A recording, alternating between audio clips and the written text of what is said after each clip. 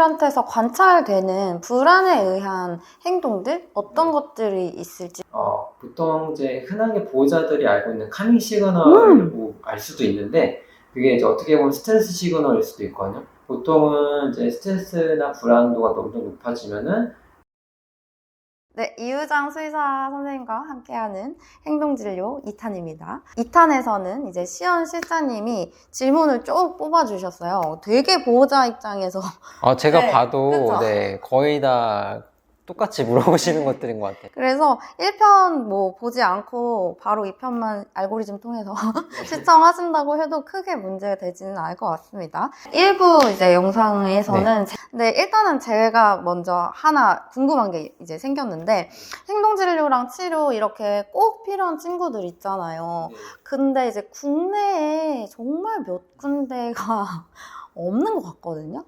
현재 내 국내에는 이렇게 행동진료를 볼 수 있는 병원이 어느 곳에 어디에 있는지 좀 알려주시면 보시는 분들한테 도움이 될 것 같습니다. 일단 짧은 답이 있고 긴 답이 있는데, 네. 일단 짧은 답 먼저 말씀드리면은, 국내에 제가 알고 있는 거는 저희 병원이랑 서울에 설채연 선생님 보고 계시는 놀로 행동클리닉이 계시고, 세종시에 김선아 교수님께서 행동치료만 뭐 하고 계시고, 그렇게 알고 있고, 몇몇 분이 계셨는데 현재는 이제 안 보고 계시는 걸로 알고 있고, 길어질 수 있는 답이지만 하자면은, 사실 수의사 하면은 모든 걸 본다고 생각하시지 않나요? 맞아요. 약간 가정의학과 같은. 수의대를 졸업하면은 뭐 치과, 안과, 정형외과, 뭐 산부인과부터 해서 뭐 내과, 외과 다 봐야 되는 게 일반적인 거죠.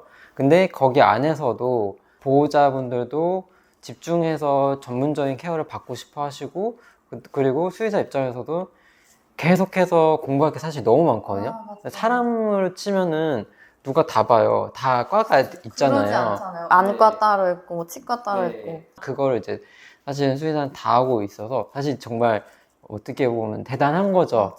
근데 이제 제 입장에서는 면허를 따면은 사실 어떻게 보면 뭐 소를 볼 수도 있는 거고, 맞습니다. 말을 볼 수도 있고 네네네네. 다 할 수 있죠. 제가 그거를 보는 게 적합한가? 그러면 적합하지 않다고 생각하는 거예요. 저도 지금 뭐 예를 들어 치과 진료를 받는다. 제가 생각해서는 전 적합하지 않다고 생각하거든요. 그런 것처럼 저는 그래서 행동적으로 전문적으로 봐야겠다. 그리고 행동 진료 자체가 일반 동물병원에서 보기 쉽지 않은 환경이기 때문에 좀 길게 보기 위해서, 좀 더 전문적으로 보기 위해서 이렇게 차리게 된 거고, 일반 병원에서도 일선의 수의사분들이 이제 간략하게 뭐 30분이나 이렇게 이내로 해서 보실 수 있을 거예요. 근데 그렇게 해서 만약에 치료가 잘 진행됐다면 당연히 이제 다행인 거고, 큰 효과를 못 보셨다면 이게 조금 더 알아보시고 행동진료만 보는 병원도 생각해 보시면 좋을 것 같아요. 너무 공감되는 얘기예요. 운전면허 제가 얼마 전에 땄는데, 면허 취득은 해서 이제 운전을 할 수 있는 자격은 생겼지만, 그렇다고 해서 제가 운전을 굉장히 잘하지 않잖아요. 제가 오늘도 여기 엄청 떨면서 온 거 아시죠? 그러니까 이렇게 이제 면허를 땄다고 해서 곧바로 막 운전을 막 되게 베테랑처럼 할 수 없는 듯이. 저 전화 왔는데, 쌤, 저 지금 운전 중이에요. 끊으셔야 돼요. 그러면 지금부터 시험 PD 질문 시작을 해보도록 할게요. 네, 첫 번째 질문입니다. 약물의 부작용은 없나요? 일단은 모든 약은 부작용이 있죠. 뭐 감기약도, 흔한 감기약도 당연히 보시면 또 엄청 많잖아요. 그런데 그게 다 나타나는 것도 아니고, 그게 막 지속되는 것도 아니고, 어떤 심각한 부작용을 초래하는 경우가 드물죠. 근데 마찬가지로 행동치료에 사용되는 약은, 사실 모든 약은 대부분 간에서 대사돼서 신장으로 배설돼요. 그래서 그런 부분은 있어서, 만약에 이제 심각한 간 질환이 있거나 심각한 신장 질환이 있으면은 수의사랑 얘기를 해서 용량을 저용량으로 쓰거나 좀 그것과 좀 관련이 없는 그런 약들을 찾아야 될 수도 있고, 아니면 이제 보조제로 관리해야 될 수도 있어요. 근데 그런 거 말고 일반적인 행동 치료했을 때 부작용은 보통은 약마다 달라요. 다른데 흔한 거는 이제 조금 잠이 늘어나는 거, 약간 무기력해 보이는 거, 그리고 일부 약은 식욕이 좀 떨어지는 것들도 있어요. 그런데 이제 대부분은 일시적이고, 그리고 그게 정말 부작용인지 아닌지는 수의사와 상의를 꼭 하셔야 되고요. 예를 들어서 잠이 늘어났다고 해서 다 부작용은 아니에요. 왜냐면은 저처럼 이제 대부분 불안도가 높은 아이들을 보는 경우는 평소에 일반 아이들보다 잠이 부족하거든요. 근데 이제 약을 먹으면서 좀 정상화가 되고 여태까지 못 잤던 잠을 좀 자게 되는 경우가 있어요. 그런 아이들은 잠이 늘어났지만 그게 부작용이라고 보진 않아요. 그러니까 정상적인 효과일 수 있다는 거죠. 그런데 부작용인 경우는 보통 이제 일상생활을 하지 못할 정도로 얘가 뭐 휘청거리기 시작하고 뭐 밥을 잘 먹지도 않고 뭐 화장실도 잘 안 가고 산책도 안 가려고 하고 이런 것들이 이제 복합적으로 나타나면 당연히 의사랑 상의를 해야 되고 상의해서 변경을 하면 다시 좋아질 거고, 하지만 임의적으로 끊는 것은 다시 행동 문제가 갑자기 발생할 수도 있고, 그런 특히나 신경전달 물질을 조절하는 약들을 만약에 쓰고 있다면은 아이한테 안 좋은 영향을 줄 수도 있거든요. 갑자기 임의 중단하면은. 맞아요. 네. 대신에 그건 이제 보통 장기적으로 썼을 때 얘기고, 얼마 쓰지 않았을 때는 그런 큰 영향은 없겠지만, 그런 약을 어떤 걸 쓸지, 얼마나 쓸지, 그리고 언제 끊을지는 담당 수의사님과 상의를 하셔야 된다. 맞아요. 진짜 중요한 얘기인 것 같아요. 이런 약간 정신과 쪽 약물은 더더욱 주의해야겠다고 저 진짜 실제로 경험을 했는데, 제가 병원 갈 시간이 도저히 안 나가지고 약물이 어쩌다가 끊긴 상황이 된 거예요. 네. 공황장애 그 치료약이. 네. 근데 저도 장기 복용을 했던 사람이기 때문에, 근데 첫날 괜찮았어요. 근데 둘째 날도 괜찮았는데 3일째 되니까 정말 막 온몸에 오한 들듯이 떨리고 땀이 막 제 멋대로 흐르고 막 이랬다 저랬다 몸이 이상한 거예요. 이제 처음엔 또 모르죠. 왜 그러는지. 네, 그래서 약이 너무 끊어서 그런 건지를 모를 거 아니에요. 제가 말씀드렸더니 이거 신경전달 물질 해주는 약물들이기 때문에 그렇게 딱 끊으시면은 네, 몸이- 갑자기 없던 맞아요. 부작용이 나타날 수도 네. 있고. 그럴 수 있다고 하더라고요. 네. 그래서 미리 이제 또 걱정하실 보호자분들이 있을 수 있는데, 때로는 그냥 필요할 때마다 먹는 약인 경우에는 뭐 예를 들어서 일주일에 한 번, 뭐 한 달에 한 번 먹는 경우도 있거든요. 저희 병원 왔다가. 그런 아이들은 그게 이제 매일 먹을 필요도 없고, 그때 먹고 효과가 몇 시간 안에 다시 사라지기 때문에 그런 것 때문에 부작용이 나타나진 않아요. 좋습니다. 네. 보통은 그렇게 심각한 부작용은 없다는 거. 자, 시험 PD의 두 번째 질문. 이 약물이 구체적으로 어떤 효과가 있는 건지. 행동 진료를 보고 행동 치료에서 약이 필요할 때는 보통 거의 대부분 항불안제로서의 효과를 원해서 사용하는 거고요. 근데 이제 약의 종류까지 만약에 물어보신다면은 대부분 사람에서 쓰이는 항우울제와 관련된 약들을 많이 써요. 다는 아니에요. 그래서 그게 아닐 수도 있지만 대부분 그런 것들을 비슷하게 쓰는데, 사람에서는 항우울증 약은 이제 우울증이라든가 강박장애 이런 거 있을 때 쓰는 약들인데, 강아지나 고양이에서는 우울해 보인다, 우울한 것 같다 이런 것은 이제 표현을 쓰지만 우울증을 진단하진 않아요. 그러니까 정말로 우울증이 있는지는 우리가 감정을 물어봐야 돼서 확인하는 건데, 그걸 이제 답을 못 듣잖아요. 정말 너가 우울하니? 라고 네. 물어본다고 해서 나가 우울해요 라고 답을 볼 수가 없기 때문에. 근데 불안한 거는 몸으로 나타나요. 행동 자체로서 나타나기 때문에 불안증, 불안장애, 불안도가 높다, 낮다 이런 것들을 이제 몸짓과 행동으로서 보이기 때문에 강아지한테는, 고양이한테는 이제 항불안제로서 사용이 되고 있다. 이 질문 진짜 보호자님들이 많이 물어보실 네. 것 같은데, 약에 혹시 내성이 생기는지. 항생제는 이제 오래 쓰면 내성이 생긴다고 하잖아요. 근데 이렇게 항불안제를 쓰는 약들은 일반적으로 내성이 생기는 약은 거의 없다고 보면 되는데, 사실 항불안제도 약의 종류라던가 계열이 다양해요. 그래서 일부 조금 항불안 효과가 강력하지만 대신에 이제 사이드 이펙트도 조금 걱정해야 되는 약 계열이 있거든요. 그런 경우에는 내성이 있을 수 있어요. 근데 그럴 때도 이제 단기적으로 큰 항불안 효과를 사용하고 끊는 식으로 가는 거라서 오래 쓰지 않기 때문에 내성이 생기지 않을 수 있고, 일반적으로 행동치료에 자주 쓰이는 약들은 내성이 생기진 않아요.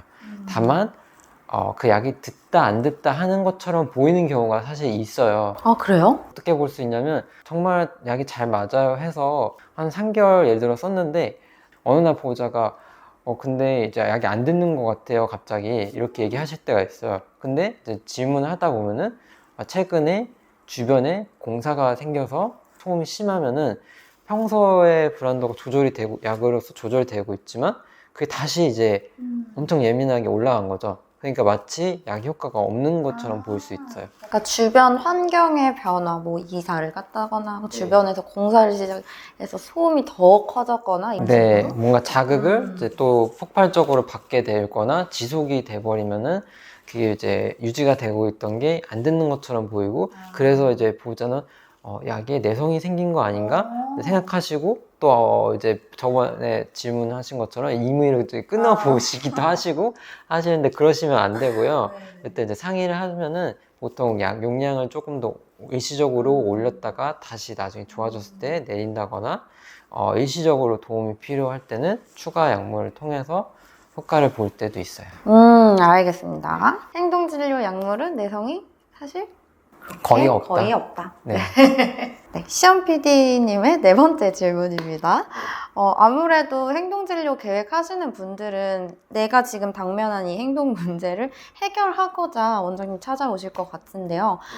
이런 행동치료에서 약물, 요거를 사용을 하기만 해도 모든 행동 이슈가 해결이 될 수 있는지, 요거를 또 시연 실장이 물어보더라고요. 진료를 보게 되면은 약물이 지시되는지 아닌지 당연히 수의사가 판단할 거고 지시가 되는 상황에서도 이게 약물로서 일단은 효과를 충분히 본 다음에 추가로 훈련이라던가 관리 계획이 들어가야지 이 문제가 좀 더 원활하게 해결이 되는 경우가 있는가 하면은 약물을 이제 시작할 때 같이 관리나 교육을 병행하는 게 훨씬 더 효율적인 경우가 있어요. 근데 일반적인 경우라면은 병행하는 게 가장 좋아요. 그러니까 지금 미민의 선생님께서 하시는 미용 교육이랑 관리적인 부분, 예를 들어서 자극원이 있다면 자극원 평소에는 피하고 교육할 때는 긍정적인 보상을 사용하고 불안도가 높아서 약을 쓰는 거면은 그럴 때는 이제 약을 같이 쓰는 거고 같이 썼을 때 교육 효과도 증진이 되고 그게 3박자가 맞으면은 아이도 이제 뇌에서 학습이 일어나서 이게 사실은 괜찮은 거구나 라는 것이 이제 자리 잡으면 점점 좋아지겠죠. 그래서 답으로 보면은 약물만 써도 개선이 되는 경우도 있겠지만 일반적으로는 같이 했을 때 훨씬 더 좋은 시너지 효과를 낸다. 저희도 이제 원장님과 협업을 하면서 너무너무 좋아지는 케이스들 많이 봤기 때문에 그러니까 아무리 내가 자극을 줄여주고 싶어도 정말 털 끝에 한 가닥만 잘려도 펄떡 뛰면서 이제 그동안 잘 하던 그 스테이를 유지를 못하고 자리를 이탈해버린다거나 이러면 더 이상 나는 어떻게 자극을 줄여야 할까? 막 이거에 되게 고민이 많았었을 때 이제 같이 협업을 하면서 너무 확 달라지는 게 저는 되게 드라마틱했다고 느꼈거든요. 교육이라면은 간식을 먹을 수 있어야 되고 들릴 수 있어야 되는데 듣지를 못한 상황에서는 맞아요. 일단은 교육을 계속 하세요 하는 것은 이제 사실 현실적인 조언이 아니기 때문에 불났는데 공부하라고 하는 거랑 똑같은 얘기니까요, 그렇죠? 저도 사실 고소공포증 있는데 63 빌딩에 가서 밑에 유리 이렇게 다 헌한 데 가서 앉아서 뭐 수학 공부를 문제, 하라고 그쵸. 풀라고 하면은 절대 못할 거예요. 못하죠. 알겠습니다. 그러면 약물 같은 경우에는 정말 그 약만 써도 해결되는 케이스라면 해결이 되겠지만 그렇지 않은 경우에는 대부분 관리, 교육이 같이 가야 좋다. 네. 시험 PD의 5번째 질문입니다. 행동진료 보시면서 약물이 이 친구는 필요하다 또는 아니다 이렇게 판단을 하는 원장님만의 어떤 기준이 있으신 건지 아니면 따로 매뉴얼 같은 게 있어서 그런 기준대로 하시는 건지 요거를 또 물어보셨어요. 일단은 행동 분석을 먼저 한다고 했잖아요. 질문하면서 지금 보호자가 해결하고자 하는 행동 문제 그게 일단 정상인지 아닌지를 판단을 제 나름대로 하고요. 그리고 이제 행동학을 공부하시다 보면은 그 개라는 종 아니면은 고양이라는 종이 정상적으로 할 수 있는 행동이 있고 그것이 과하거나 아니면 그 정상 범위에서 벗어났거나 혹은 이제 주변인이나 보호자나 자기 자신을 해하고 있거나 그런 부분에 있어서는 이제 약물 치료가 지시될 수 있고 그렇지 않은 경우들은 정상 행동인데 그냥 원하지 않는 행동이 흔히 뭐 쉽게 말하면은 이제 보호자가 집에 왔는데 강아지가 계속 안아달라고 아니면 관심 달라고 점프하는 거 이렇게. 네. 그리고 이제 보호자가 식탁에서 뭐 음식을 먹는데 계속 옆에서 달라고 노골성으로 짖고 긁고 이런 것들은 정상 행동이죠. 네, 그렇게 보기 때문에 그런 것들에 있어서는 약을 쓰지는 않습니다. 그런데 앞에도 설명드렸지만 눈에 띄게 수면 장애가 있다거나 불안 행동을 계속 반복적으로 보인다거나 아니면 이벤트가 있어서 불안 행동을 보이더라도 이게 과하거나 아니면 주변인에게 뭐 공격성이라던가 그런 거에 대한 리스크가 상당할 때 그리고 이제 행동 문제를 보였는데 그게 예측이 어려울 때 이럴 때도 약을 써야 될 때가 있어요. 그러면 개들한테서 관찰되는 불안에 의한 행동들? 어떤 것들이 있을지 설명해 주시면 보호자님이 우리 강아지 지금 좀 불안한 것 같아 라고 알기가 쉬우실 것 같아요. 보통 이제 흔하게 보호자들이 알고 있는 카밍 시그널을 알 수도 있는데 그게 이제 어떻게 보면 스트레스 시그널일 수도 있거든요. 보통은 이제 스트레스나 불안도가 너무 높아지면은 이제 잘 먹던 간식을 먹지 않거나 그리고 보호자가 말하는 거에 듣지를 못하고 시선을 그러니까 돌리기가 어렵죠. 그리고 이제 몸의 신체적인 반응들이 오는데 만약에 안고 계셨거나 보호자가 이제 곁에 있으면 느끼시는 분들이 있을 거예요. 심장이 이제 빨리 뛰는 거, 빨리 뛰고 그리고 몸을 만졌을 때 긴장돼 있죠. 경직돼 있어요. 맞아요. 때로는 떨고 있죠. 달달달. 떨고 그런 것들 그리고 이제 얼굴 보면은 근육에 긴장돼 있고 동공 커져 있거나 그다음에 이제 헥헥거리고